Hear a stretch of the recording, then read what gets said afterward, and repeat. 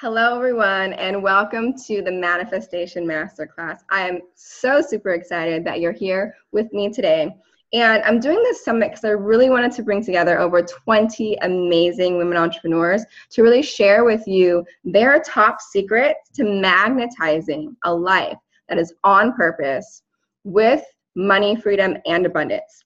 And you're in for like a super treat today because I have Anaya on the call today and I'm so pumped. She is someone that I highly look up to. She's written the book Womb Wisdom, which I'm currently reading and doing all the internal work that she's been talking about.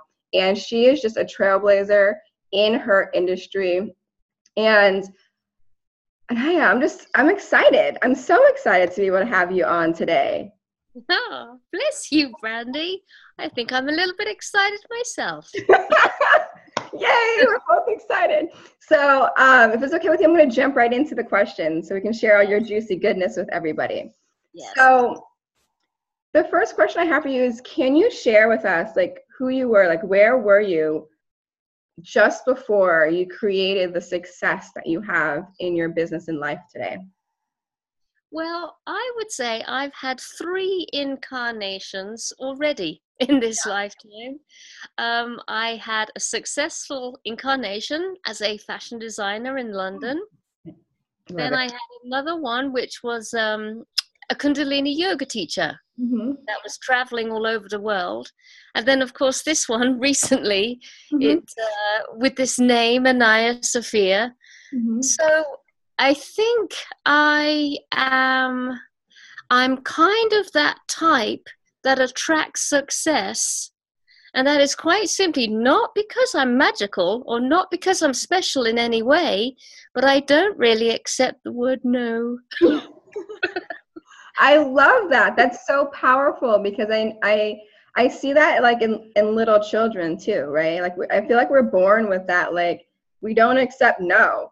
But then as we grow and we like, you know, what society teaches us and all of this stuff, like then no becomes scary, right? And the interesting thing about no, I remember when I was a financial advisor, my mentor told me that to kind of fall in love with the no's, because the more no's you hear, that just means you're closer to a yes, right?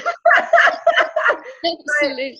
But I love that. So maybe in each of those incarnations, can you share with us maybe any struggles or kind of where you were before these successes like emerged, or how you were able to attract, like before you were able to attract in those successes?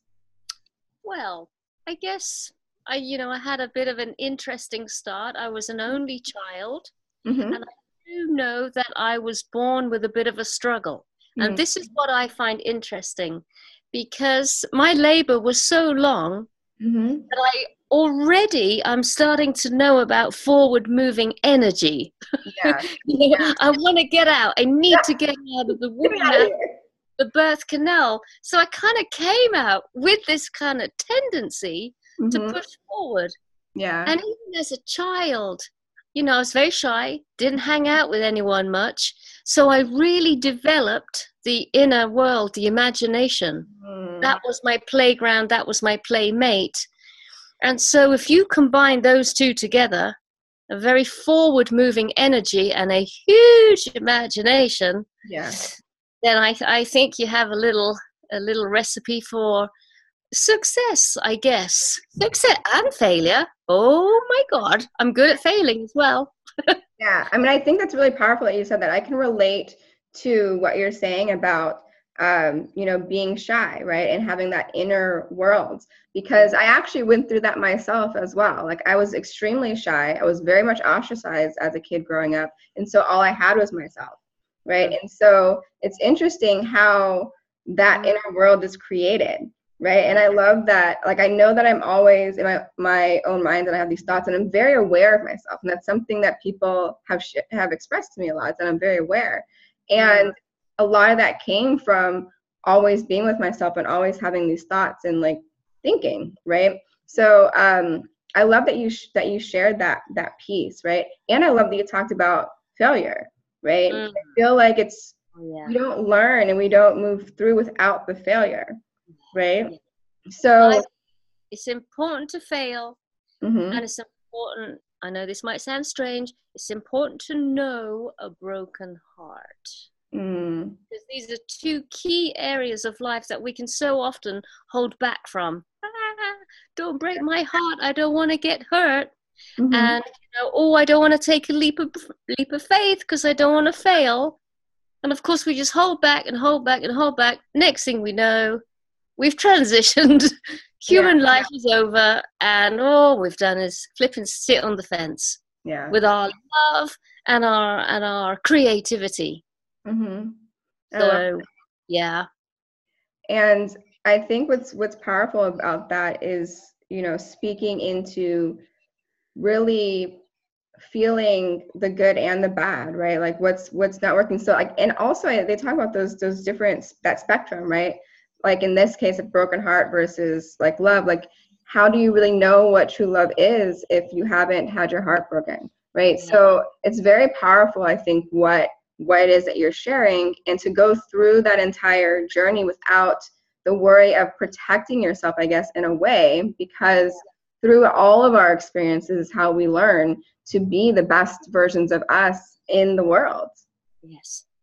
I love I that. love Yeah. Um, so I guess my next question for you is, who did you have to become? Like, you kind of, I think, spoke a bit about this, but what would you say, like, what would be the thing that you had to shift in you that created these successes? Yeah.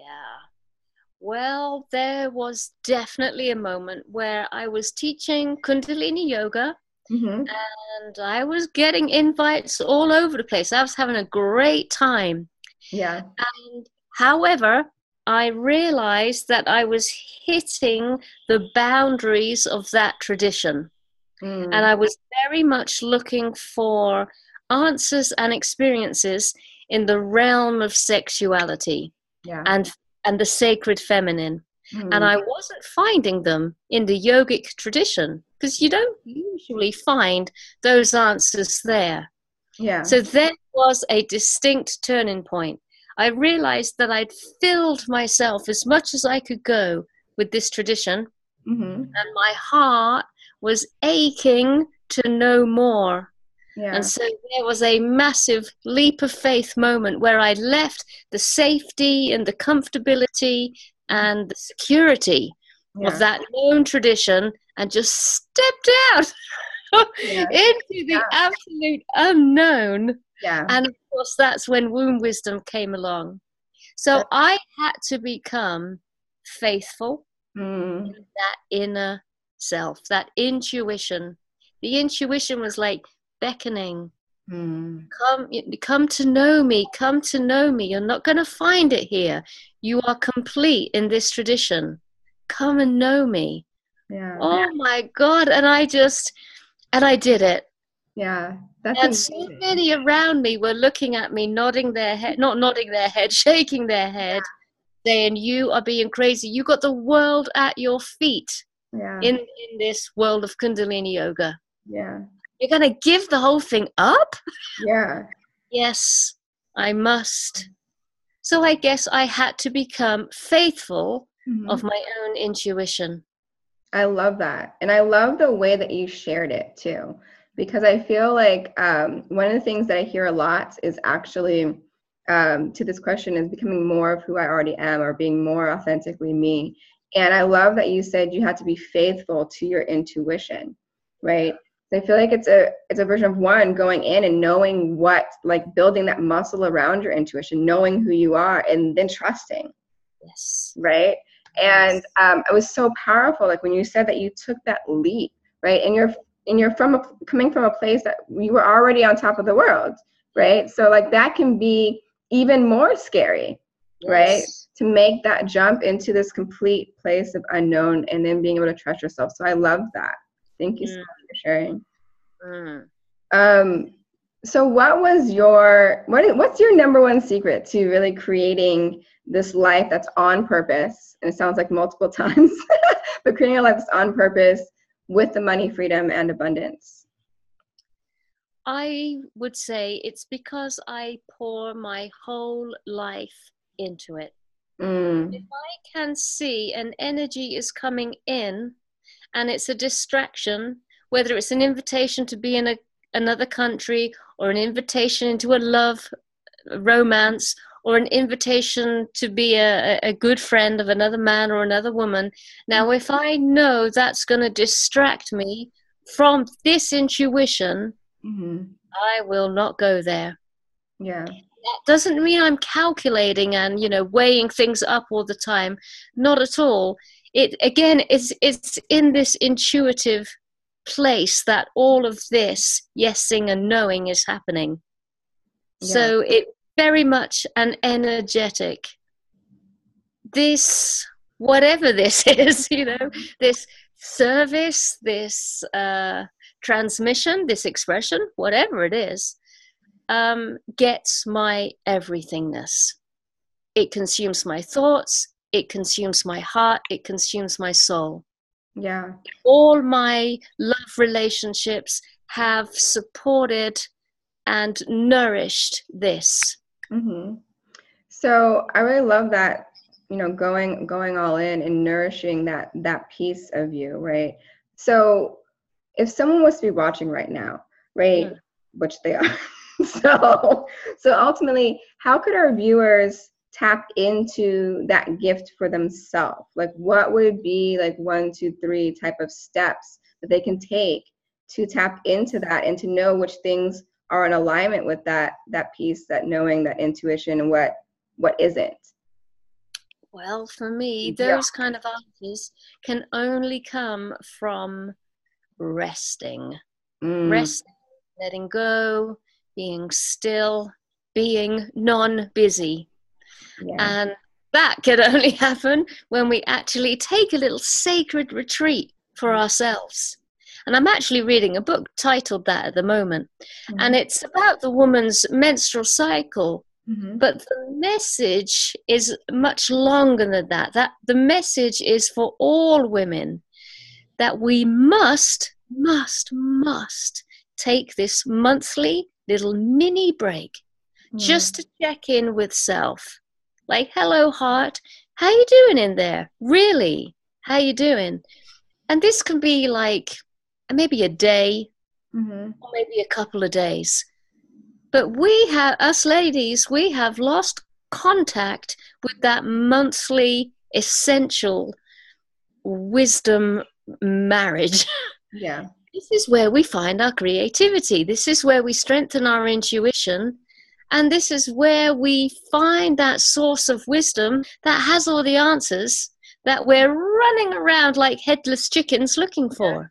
Yeah. So I would say that to the listeners, watchers, Mm-hmm. please, and I'm so talking to myself when I say this, please find that monthly retreat. Mm.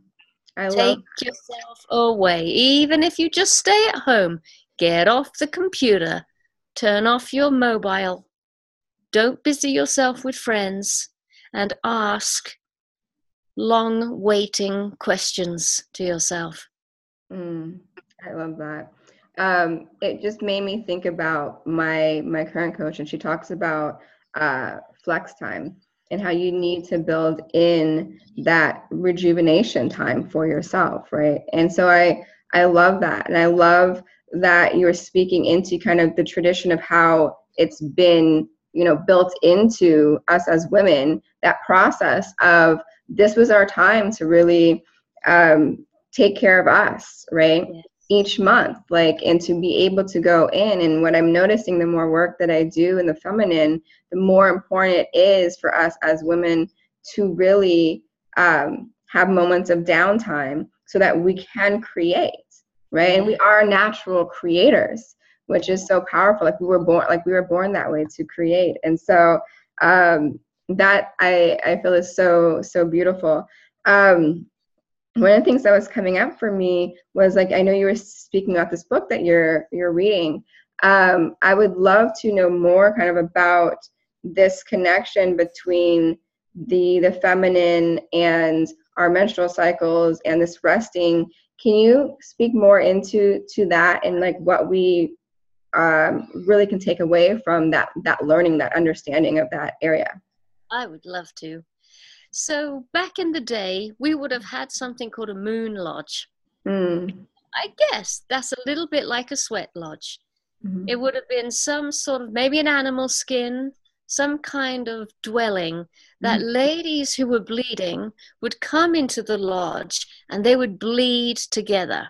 Now, patriarchy has suggested that moon lodges were created so that bleeding women could be away from the community because they smell and they're too powerful and they're too crazy. So let's just put the women over there and, okay, let's just call it a moon lodge. Mm-hmm. But it's to push them out. That's the patriarchy. Mm-hmm. But absolute truth is these ladies are going into the cathedral of the womb. This is a potent sacred space. This place is throbbing with creativity and pure unadulterated wisdom. These ladies are not pushed on the outside. They are being given a privileged sacred space to be. So I was reading this yesterday by the fire, and I'm like, wow. Yeah. Let's imagine what that would be like. So you go into a darkened chamber together. Now, of course, there's going to be some interesting smells there, which we will have to get comfortable with. Yeah. But I was thinking, wow, I bet that aroma is going to tap into some ancient part of the brain that hasn't been tapped into for a very long time. And you're just going to have an instant connection to the holy, sacred feminine in a wordless but knowable and understandable way. And you're there for a week? Yeah. I don't think for 1 minute these ladies were chit-chatting. I bet they were sounding and breathing and just downloading 24 hours. Oh my goodness. Yeah. I've never even thought about, like, I knew that, like, we went into a space together, but it was really interesting. Like, I never thought about the potency of the smells and just the being togetherness. But like that, like, one of the things that was coming to mind for me was just the connection with so many other women and the emotions that are heightened also at that time, like all the stuff that could be thought or created or done, or like, I was getting like super, super excited about that. So thank you so much for sharing that, because I think that is some wisdom that is definitely ancient and we don't even think about today. Like, probably people were not even expecting to have that on the webinar, or on the series. But I think that it's so powerful to start thinking about and start shifting how we're seeing certain things and being open to what else is out there. And so one of the things that, because it's a world that it's new to me, and so I'm excited to be sharing it with everyone. But the last question that I have for you is really, is there anything else that we haven't talked about that you would like to share with everybody? I would like to bring in the importance of the voice, the importance of a woman's clear, unapologetic, non-minimized, true expression. We were just talking a little bit about the womb and sacred sexuality, and this has been fabulous. This has really come, not so much, well, it's come into my generation, but your generation as well. It's come in and it's set fire to everything, and this is like, yay, thumbs up from the feminine. But I want to bring in the importance of marrying and supporting that with the expression of that true voice. Not being afraid to say it as it really is, to tell the absolute truth. Don't minimize, don't edit, don't placate, just absolutely as you feel it, as you know it to be. And another great thing, I call it elephants in the room. Yeah. You know, when you just know because of the intuition, you just know, hello, there's an elephant in the room. There's no one's going to say anything. Yeah. But a woman who has awakened her womb and sexuality will probably have no choice but to raise the fact that there's an elephant stomping around the room here. Yeah. Because that's the gift of the womb. Mm-hmm. The womb is intuitive. It can draw upon a primordial force to support you when you have to say those dangerous and scary things. Mm-hmm. This is how we're going to heal. Yeah. Yeah. I love that. Thank you so much for sharing that. I think that especially as women and creators and like connectors, I think that when I think about what you're saying with the voice, right, and us being able to use our voices in this world today, like how much more light and greatness we can bring into the world to make these shifts of just bringing together people versus separating people. So I love that you shared that. So I must ask you, what is your free gift that you have to share with everyone? I'm so excited. Well, that is a transmission into a very visceral and palpable experience of your own internal marriage. So marrying the part of you that wants to go out there and be successful to the part of you that wants to stay in, rest, and seek wisdom. The part of you that is having a great time being human, and the part of you that is just waiting patiently to download into that beautiful human part of you. So it's like a marrying of all the opposites you can imagine, leaving you neither one or the other, but this mystical third, this merging of when you marry a pair of opposites. What is that creation? Oh my goodness, I love that, and I just loved how you shared that, right? The marrying of the two opposites, and it's so powerful. Like those of you that are watching want to make sure you check this out. Like if the womb and the divine feminine, all of that is really calling you. Anaya's totally a trailblazer, and she has been in this world for a while, and so she knows what she's talking about. And so ultimately, if this is your space, you want to make sure that you grab this, because it's important to be able to know how to do that ceremony for yourself. And so I'm so excited that she is sharing this with us and for you guys. And thank you so much, Anaya, for being here, for sharing your juicy goodness and your free gift with everybody. Oh, thank you, Brandy. And I totally bless your summit and all the other speakers that are coming to give their beautiful gifts. Oh, thank you so much. I take that in fully. So everybody, make sure to check out this interview, all the interviews. I'm excited to be able to share them with you, and I will see you on the next one. Bye for now.